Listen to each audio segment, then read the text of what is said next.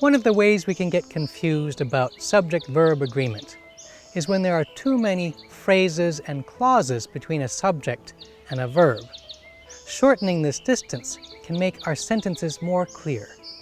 Hi, this is Thomas from Cozy Grammar, and the more phrases and clauses there are between a subject and its corresponding verb, the easier it becomes to lose track of what's what.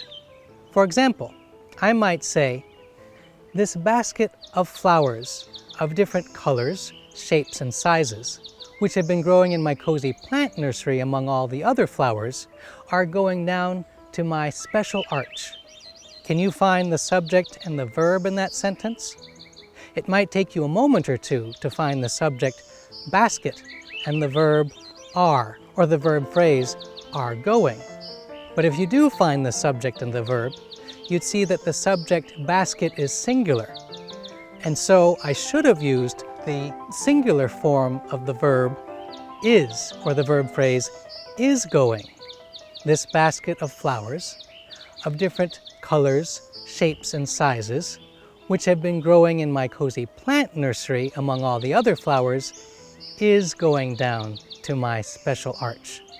In fact, I could have avoided the problem altogether by placing the subject of the sentence right next to its verb. For example, I am bringing this basket of flowers of different colors, shapes, and sizes, which have been growing in my cozy plant nursery among all the other flowers, down to my special arch.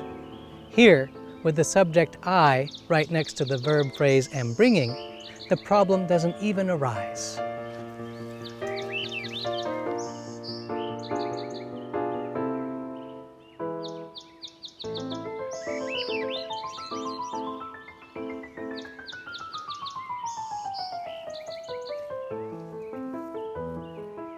What questions do you have about making your writing clearer?